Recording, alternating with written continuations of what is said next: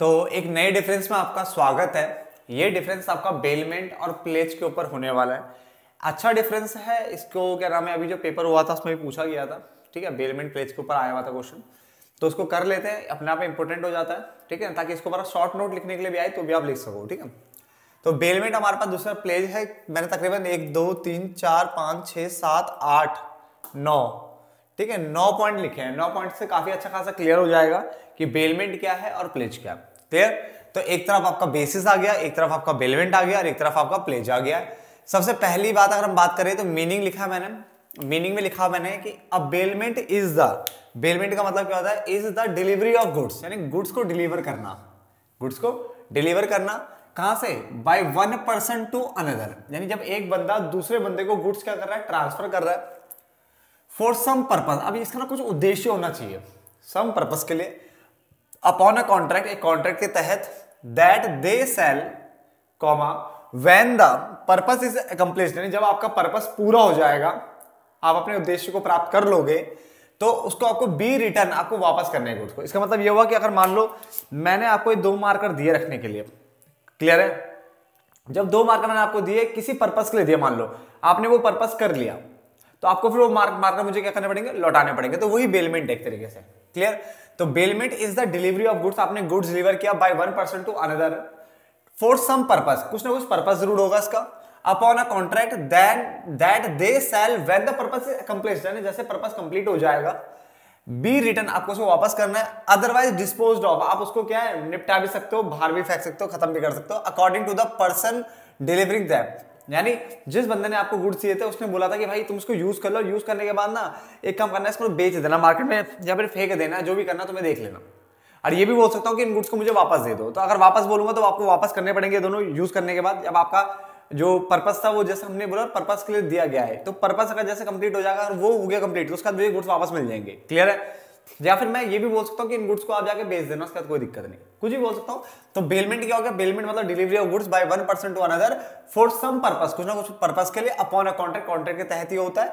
That they shall when the purpose is accomplished, जैसे purpose पूरा हो जाएगा वो बी रिटर्न करेगा या फिर डिस्पोज ऑफ कर सकता है according to the person delivering them.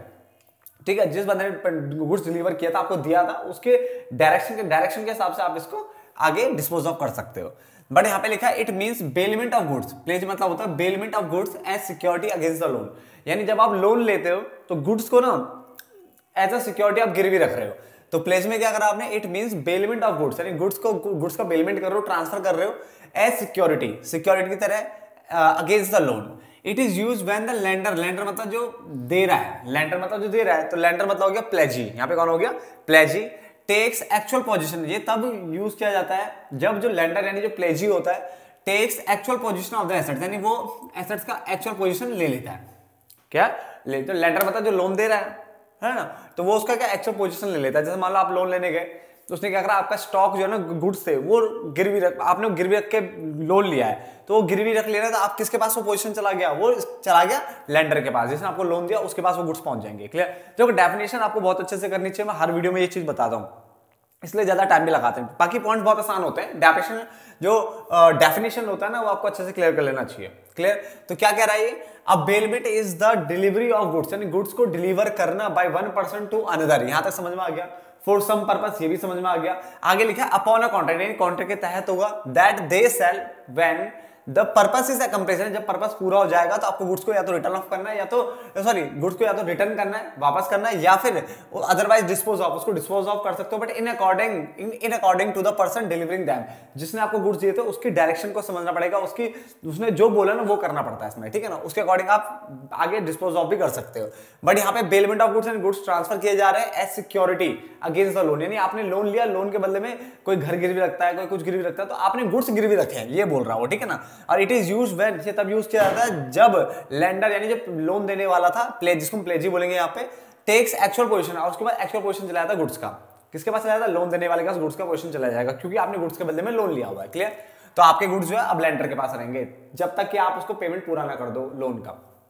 Section की बात करें तो उसने it is defined as per section 148, 148 में इसको डिफाइन है, बट कौन सा 148? इंडियन कॉन्ट्रैक्ट एक्ट 1872, यानी इंडियन कॉन्ट्रैक्ट एक्ट 1872 है, उसके सेक्शन 148 में इससे रिलेटेड बातें बोली गई है, जबकि it is defined as per section 172, ये 172 में डिफाइंड है ऑफ इंडियन कॉन्ट्रैक्ट एक्ट 1872। कौन सा? Indian contract act 1872। उसके बाद इसने बोला पार्टीज की अगर हम बात करें तो person who deliver the goods, यानी जो पर्सन डिलीवर कर रहा है गुड्स को, गुड्स दे रहा है, उसको हम बेलर बोलते हैं बेटा। बेलर यानी गुड्स देने वाला। और जो while the person to whom goods are deliver, और जिस बंदे को गुड्स मिले हैं, जिसको डिलीवर किए गए थे, उसको बोलते हैं बेली। तो उसमें दो पार्टी आपको देखने को मिलेगी, बेलर और बेली। बेलर वो बंदा होता है जो कि गुड्स डिलीवर कर रहा है, गुड्स आगे क्या कर रहा है? ट्रांसफर कर रहा है। The person who deliver the goods, उसको क्या बोला? बेलर। और जिस बंदे को गुड्स डिलीवर होते हैं, ठीक है, जैसे मान लो मैंने आपको गुड्स दिए, ये मैंने आपको गुड्स दिए, तो आप क्या बन गए? नहीं, मैं क्या बन गया? मैं तो बेलर हो गया। और आपको गुड्स मिले हैं, ठीक है, while the person to whom goods are delivered, जिसको मैंने गुड्स डिलीवर किया मतलब आपको, तो आप क्या बन जाओगे? बेली बन जाओगे। क्लियर? जबकि यहाँ पे अगर हम बात करें तो the person who deliver the goods, यानी जो बंदा गुड्स डिलीवर करता है उसको यहाँ पे पॉनर बोलते हैं बेटा। क्या बोलते हैं? पॉनर बोलते हैं। जबकि while the person to whom the goods is are delivered, यानी जिसको गुड्स डिलीवर किए जाते हैं उसको पॉनी बोलते हैं। तो यहाँ पे पॉनर पोनी, यहाँ पे आपका चलेगा बेलर बेली। क्लियर हो गया? ये 3 पॉइंट मैंने आपको अच्छे से पहले क्लियर कर दिए, ठीक है। फटाफट से आप इसमें नोट डाउन करिए। तो 3 पॉइंट अच्छे से हो गए बच्चे, ठीक है ना। एक बार रिपीट कर देता हूं आपके लिए, क्योंकि बाकी पॉइंट बहुत छोटे छोटे हैं बेटा। बेलमेंट मतलब हो गया डिलीवरी ऑफ गुड्स, गुड्स को डिलीवर कर रहे हो by one person to another for some purpose. Clear हो गया? अपॉन अ कॉन्ट्रैक्ट ये होता है, और जैसे ये होता है तो ये कब खत्म होगा? When the purpose is accomplish, जैसे ही पर्पस आपका पूरा हो जाएगा, अचीव हो जाएगा, तो गुड्स को आपको रिटर्न करना पड़ेगा या फिर डिस्पोज ऑफ कर सकते हो according to the person delivering them, यानी जिसने आपको गुड्स दिए थे उसको पूछ करके वो जो बोलेगा वो आप उसके अकॉर्डिंग काम कर सकते हो। प्लेज के अंदर क्या था? प्लेज में ये था कि बेलमेंट किया जाता है, गुड्स को ट्रांसफर किया जाता है as security against the loan. आप लोन ले रहे हो, उसके बदले अपने गुड्स गिरवी रख रहे हो, तो आपका गुड्स जो है ना अब आपका नहीं रहा, उसका पोजीशन किसके पास चला गया? लेंडर के पास चला जाता है। तो it is used when the lender, जिसने लोन दिया है, यानी जिसको हम प्लेजी बोल रहे हैं, takes actual possession of the assets. इसकी बात करें तो ये section 148 of Indian contract act 1872 में डिफाइंड है। ये डिफाइंड है section 172 of Indian contract act 1872। तो ये 148 और वो 172, ठीक है ना। उसका पार्टी, इसमें दो पार्टी होती है, बेलर बेली। इसमें पॉनर पॉनी। बेलर वो हो गया जो गुड्स को डिलीवर कर रहा है, जो आपको गुड्स दे रहा है वो कौन हो गया? बेलर। और आप कौन होंगे? जिसको गुड्स मिले हैं उसको बोलते हैं बेली। यहां पे सेम, जो गुड्स डिलीवर कर रहा है वो पॉनर, और जिसको गुड्स मिल रहे हैं वो पॉनी, ठीक है ना। आगे नेचर ऑफ ट्रांसफर की अगर हम बात करें तो goods are transfer for short period. यहां पे गुड्स जो है ट्रांसफर किया जाता है for short period with specific objective, यानी कोई ना कोई ऑब्जेक्टिव होता है, कोई पर्पस होता है, तो उसी के लिए गुड्स यहाँ पे ट्रांसफर किया जाता है। तो गुड्स जो है ट्रांसफर किया जाता है शॉर्ट पीरियड के लिए विद स्पेसिफिक क्या होता है? यहाँ पे पर्पस होता है, ठीक है, ऑब्जेक्टिव होता है। जबकि goods are transferred as security, यहाँ पे सिक्योरिटी की तरह गुड्स को ट्रांसफर किया जाता है for the payment of debt, ताकि कर्जे का पेमेंट कर सके। For the payment of debt, यानी डेट का जो पेमेंट करना है उसके लिए हमने गुड्स गिरवी रखे हुए। क्लियर है? As a security. कंसिडरेशन की बात करें, कंसिडरेशन मतलब समथिंग इन रिटर्न। अगर मैं आपको मार्कर बेचूं तो आप मुझे इसके बदले क्या दोगे? 20 रुपए दोगे या 25 रुपए दोगे, है ना। तो ये कंसिडरेशन होता है। कंसिडरेशन मतलब कुछ उसके बदले में क्या मिलेगा, है ना। तो समथिंग इन रिटर्न मतलब, तो यहाँ पे इसने बोला कंसिडरेशन मे और may not be present. Consideration यहाँ पे हो भी सकता है और नहीं भी हो सकता। कंसिडरेशन यहाँ पे हो भी सकता है और नहीं भी हो सकता, बट यहाँ पे कंसिडरेशन हमेशा ऑलवेज प्रेजेंट, हमेशा यहाँ पे आपको कंसिडरेशन देखने को मिलता है। क्लियर हो गया? तो 1 2 3 4 5 पॉइंट क्लियर हो गए। छठे पॉइंट बात है यूज ऑफ गुड्स। क्या यूज ऑफ गुड्स किया जा सकता है? तो उसमें bailee can use the goods for intended purpose, यानी जो पर्पस बताया गया है, जो पर्पस तुम्हें अचीव करना है, अकम्प्लिश करना है, उसके लिए बेली क्या कर सकता है? गुड्स को यूज कर सकता है, बस उसी पर्पस के लिए, किसी और पर्पस के लिए नहीं। अगर मैंने बोला है कि इस मार्कर से आप बोर्ड पे लिखोगे, इसलिए मैं एक मार्कर दे रहा हूं, तो आपको सिर्फ ये मार्कर बोर्ड पे लिखने के लिए दिया हुआ है। अगर आप इससे कुछ और काम करते हो तो फिर वो इसके अंदर नहीं आएगा। क्लियर हो गया? तो बेली और पर्पस के लिए इसको यूज नहीं कर सकता, सिर्फ किसके लिए करेगा? जो इंटेंडेड पर्पस, जो बताया गया पर्पस है, उसी के लिए बेली यूज करेगा गुड्स को। जबकि यहाँ पे पॉनर के पास ऐसा कोई राइट ही नहीं होता to use the goods. Pawnee के पास कोई भी ऐसा राइट नहीं होता कि वो क्या करे? गुड्स को यूज कर सके। बस गिरवी रखा था, बट गिरवी रखेगा तो उसको कुछ कर नहीं सकता। यानी अगर आप लोन ले रहे हो, अपना गुड्स गिरवी रखे, तो वो जो गुड्स गिरवी रखा हुआ है उसको पॉनी कुछ नहीं कर सकता। समझ में आ गया ना? चलो, तो जिस बंदे को गुड्स डिलीवर किए गए थे उसको पॉनी बोलते हैं, और पॉनी उन गुड्स को यूज नहीं कर सकता, याद रखना, सिर्फ वो गिरवी रखे हुए। आगे return of goods, goods return की बात अगर हम करें तो the goods is return after the agreed purpose is fulfilled, यानी जो अगर आपका उद्देश्य, जो आपका ऑब्जेक्टिव था, जो आपका पर्पस था, जैसे ही कंप्लीट हो जाता है तो गुड्स को आपको रिटर्न करना पड़ता है। इसमें गुड्स को तभी रिटर्न करोगे जब after the debt is repaid, यानी जो डेप्ट है, जो आपका जो कर्जा है, जैसा आप उसको पे कर दोगे तो आपके गुड्स आपको वापस मिल जाएंगे। क्लियर हो गया। उसके बाद आता है रिस्क ऑफ लॉस। तो रिस्क ऑफ लॉस जनरली जो फॉल्स है किसके ऊपर पड़ता है? बेली के ऊपर। लॉस, जो रिस्क ऑफ लॉस है वो किसके ऊपर, किसके मत्थे पड़ता है? यहाँ पे बेली के।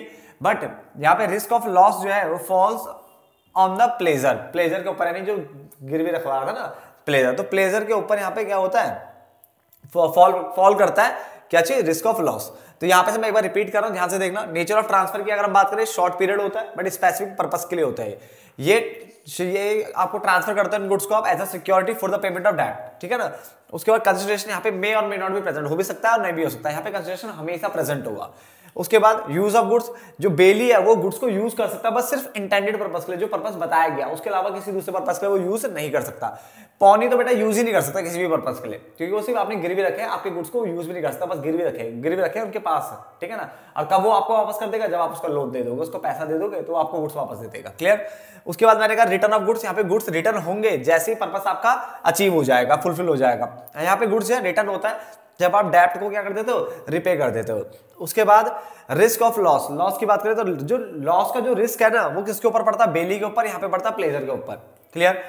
पर्पस की अगर बात करें, पर्पस की बात करें तो इसका मतलब है सेफ कीपिंग, यानी अच्छे से रखना, ठीक है ना। रिपेयर्स एक्सेट्रा इसका पर्पस है। इसका पर्पस है as security against payment of debt, यानी जो आपने लोन लिया है उसके against as a security goods को रखना।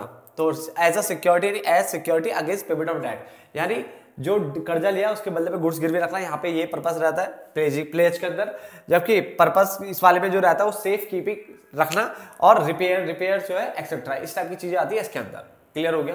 देखो ये तकरीबन 9 पॉइंट थे, होप सो आपको समझ में आ गया होगा। प्लीज इसे नोट डाउन कर लेना और अच्छे से पढ़ लेना। क्लियर हो गया। तो मिलते हैं फिर एक नए डिफरेंस में, तब तक के लिए धन्यवाद दोस्तों।